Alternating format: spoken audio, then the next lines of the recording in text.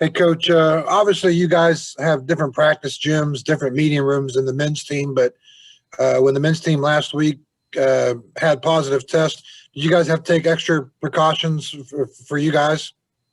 Not really, not really. Um, like you said, we don't use their practice gym. The only thing that we share is the meal room and need to say the Coliseum. But those they clean those rooms and everything, so we really wasn't worried about that. Joe Mercado. Mike, how much of an unknown is your opponent, considering they haven't played in a month and you don't have a lot of new tape on them? Yeah, and are they bringing everybody? We'll see game time who they're playing and who's dressed and all that. So we know that's the way it's going to be this year. So we'll just we're prepared for everybody, and then do what we do, and then that way we're ready for the game no matter who dresses. Charles Montgomery. Coach, could you speak on the impact that Kirsten Deans has had on your team this season? Yeah, she's the energy. She plays with so much energy. She plays with a lot of heart. She's tough too. Now she'll run through a wall. So she gives us that meanness and plays extremely hard. But also, she's scoring the basketball, which really helps us. And she always guards the best perimeter player on the other team. So she enjoys playing defense. So she's a complete player and has really done a great job this year for us so far. Kevin Kinder. Mike, you've discussed, that you've got more scoring balance this year. You're not so dependent on inside or outside like it's been in some past years. Has the biggest thing been making adjustments from game to game, to figure out, hey, what's the best way we can attack our opponent in this game? Absolutely. I mean, it depends on the other team and the size or, where we feel weakness is on the other team. But that's a luxury we have this year, that we can go inside a little bit more, or we can stay out on the perimeter if they're just going to sag in the paint and hit shots. So that's why we've been able to score, because we can score from inside and out. And I'm always saying you have to get paint touches. Now, the paint touches needs to be not only by the post, but also the guards. The guards need to get in the paint and make things happen. So when you always hear me say we need to get more paint touches, I'm talking about the whole team. Darren Zaslow. Yeah, Coach. Obviously, you guys pick up a big win without Kaiser this weekend. Are you expecting her to be back for another big game tomorrow night? Yeah, she did practice yesterday and will be there today. So, yeah, we expect her to play. Yes. Justin Jackson.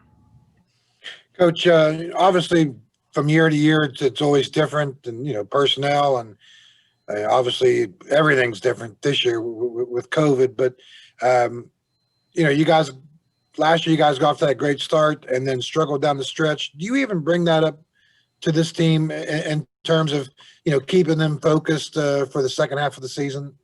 Not really. Every team's different, Justin. Even though you have a lot of the same players, different things happen during the course of the year. Different chemistry, different, that type of stuff. I think our chemistry this year is a lot better than it was last year. I think our work ethic this year is a lot better than it was last year.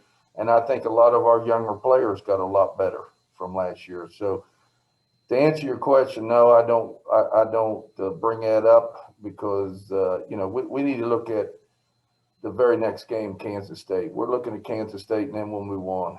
And I just think you can't get too ahead of yourself. You just got to take one game at a time. I know all the coaches always say that, but I'm really like that. I'm not talking about no other game but Kansas State, and then we'll talk about the next game. Ryan Pritt. Hey, Mike, the last couple of games you've expressed some concerns over your team's energy level a little bit. I know the last game you're really talking about just kind of looking tired. And when you're in the middle of a stretch like you guys are in, is there anything you can do to help alleviate that? And do you get a sense that, I guess just how do you assess the overall energy level heading into tomorrow?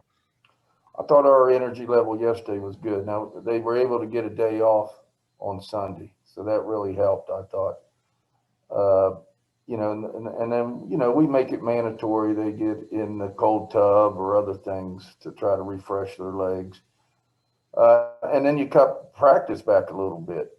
And I told practice, I said, this is the problem. I'm cutting practice back time we're in here and correct some of the problems we've been having. So this team does a great job of that. You know, when I say, okay, we're only instead of 3, energy level just shoots up out of the sky. And I can get more out of them in an hour and a half, and I can say go hard.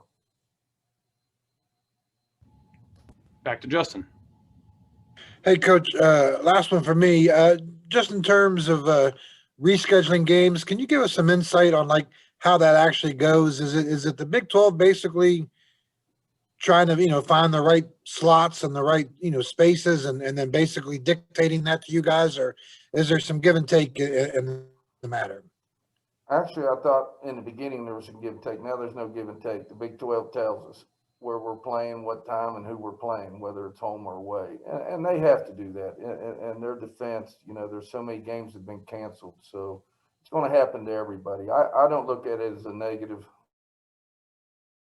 to play everybody, and you're fortunate enough to get an opportunity to play everybody. So I never make it a negative. They tell us, you know, we're off Saturday. If they say, hey, all of a sudden you have to play Saturday, we'll go play Saturday. We'll do the scout and get ready and play Saturday.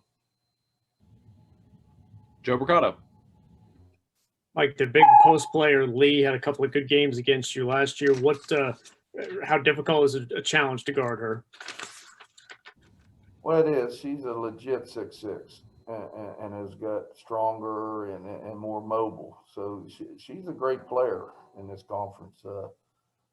You know, it takes 3 people to guard her, though. I mean, I always say that you have to have ball pressure on the passer to get them back on their heels a little bit and get the ball above their head. So you have to have ball pressure on the passer. You have to front her, and then you have to have weak side.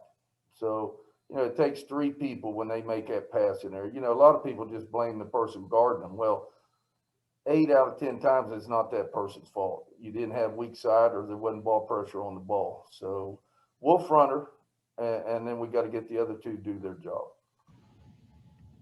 Darren, go ahead.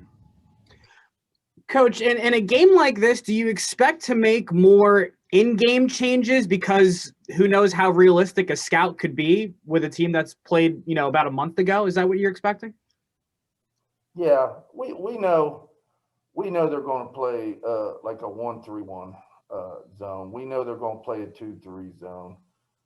Early in the season when they were played a little bit of man. We know they're going to do that. We know they're going to overload for the 6'6" girl. There are certain things, you know, because I've been in this league and Jeff's been in this league a while, that I know what he likes to do and they know what we like to do. So he's not going to go away from that. He's not going to go away from that. Now, they may have some new wrinkles. They may do some different things, and we will have to adjust to that. But they're going to play their zone, and they're going to overload on offense. We do know that.